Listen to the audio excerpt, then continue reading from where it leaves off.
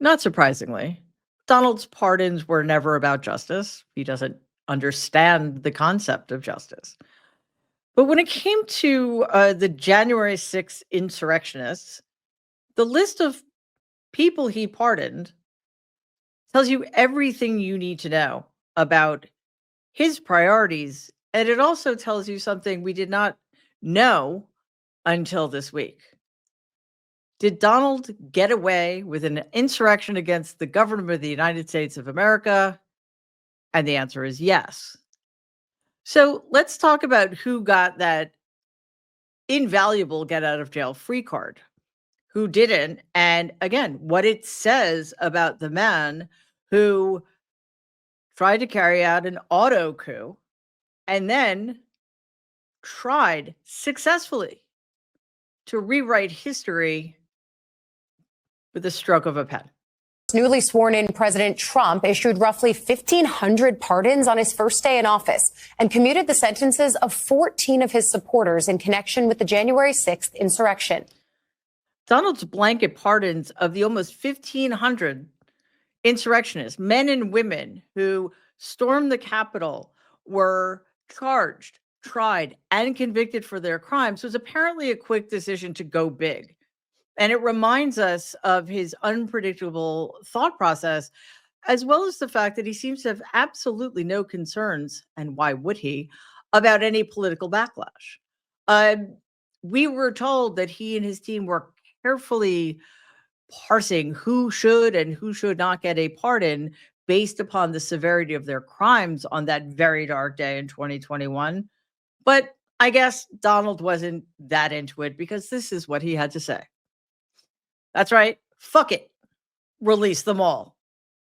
The day before Donald pardoned the insurrectionists, Speaker Mike Johnson reiterated Donald's stance on a blanket pardon, saying, quote, "I think what the president said and what Vice President-elect J.D. Vance has said is that peaceful protesters should be pardoned, but violent criminals should not.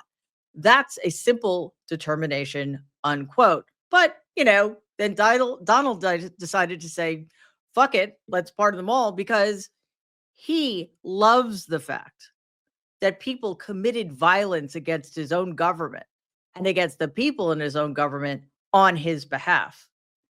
Lest you get carried away and think that Mike Johnson is growing a backbone, he thought twice about what he had said initially and backpedaled, saying this in response to the sweeping pardons. And yes, it's kind of my ethos, my worldview. We believe in redemption. We believe in second chances. If you would argue that those people didn't pay a heavy penalty, having been incarcerated and all of that, that's up to you. But the president's made a decision. We move forward. Yeah, that's a fake Christian for those of you keeping score at home. Before we dive in more, I just want you to take a second, please, to like and share this video. If you haven't already, subscribe to our channel. And once you subscribe, just click on that bell. That way you will be alerted anytime a new video drops. It does not cost anything. It just takes a couple of seconds. If you're listening to a podcast, we are now available on all podcast platforms. Thank you. And it would be great if you followed us and if you could leave us a 5-star review, because that really does help other people find our shows.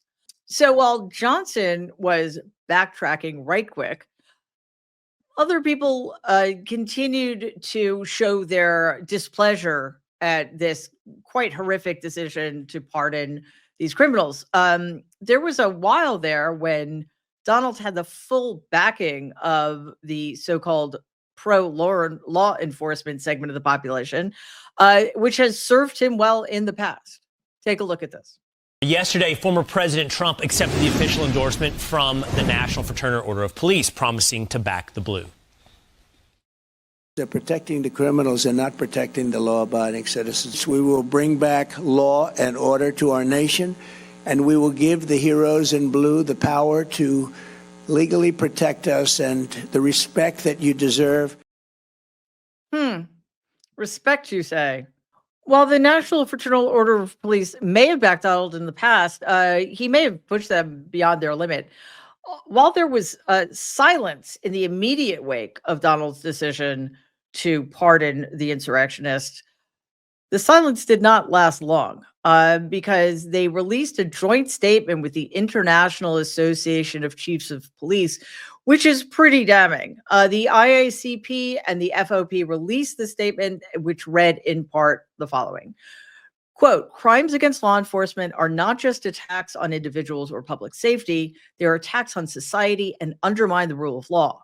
Allowing these individuals to be released early diminishes accountability and devalues the sacrifices made by courageous law enforcement officers and their families.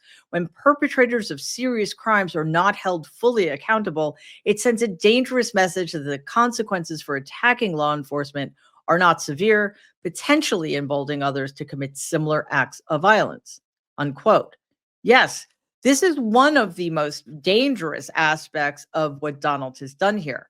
He has essentially told people who've committed violence against the United States of America that as long as they're on his side, it's okay.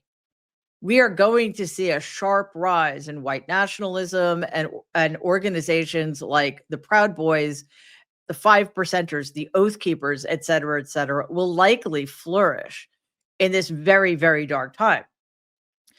Let's take a look at a couple of the violent criminals who, thanks to Donald, are now walking free. Here is Patrick McCaughey III. DC police, they posted that picture on Twitter taken from Hodges' body camera, asking for the public's help identifying the suspect there. Yes, that's DC police officer Daniel Hodges being practically crushed to death while January 6th rioter Patrick McCaughey continued to press that door closed, trapping Officer Hodges and injuring him severely.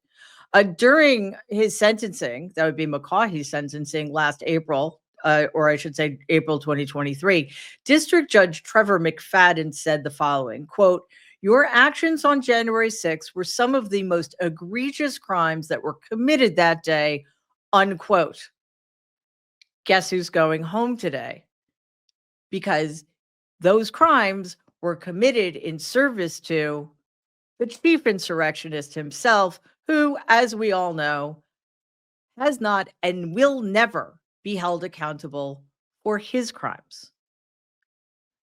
Honestly, Donald could care less about the families about the victims of the violence or the families of the victims who did not survive the violence.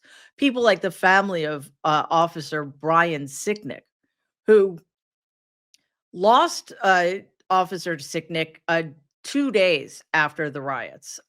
This is what some of them had to say. The move by President Trump is adding to the family's pain. Officer Sicknick's brother, Craig, called the move a betrayal of decency and adds the new president is a poor excuse of a man. His statement continues, I feel that my brother died in vain and that our nation has a very long and dark road ahead of it. As far as I am concerned, the U.S. just installed its first dictator. As far as I'm concerned, I agree with you, sir. And the road ahead is indeed very long and very dark.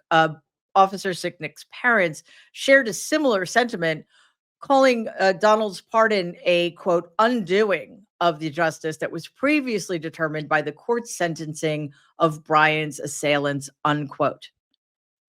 This might shock you considering who the perpetrators are, but some of the convicted insurrectionists are actually owning up to their mistakes. And this includes Pamela Hemphill, who served jail time for taking part in the U.S. Capitol riot 4 years ago.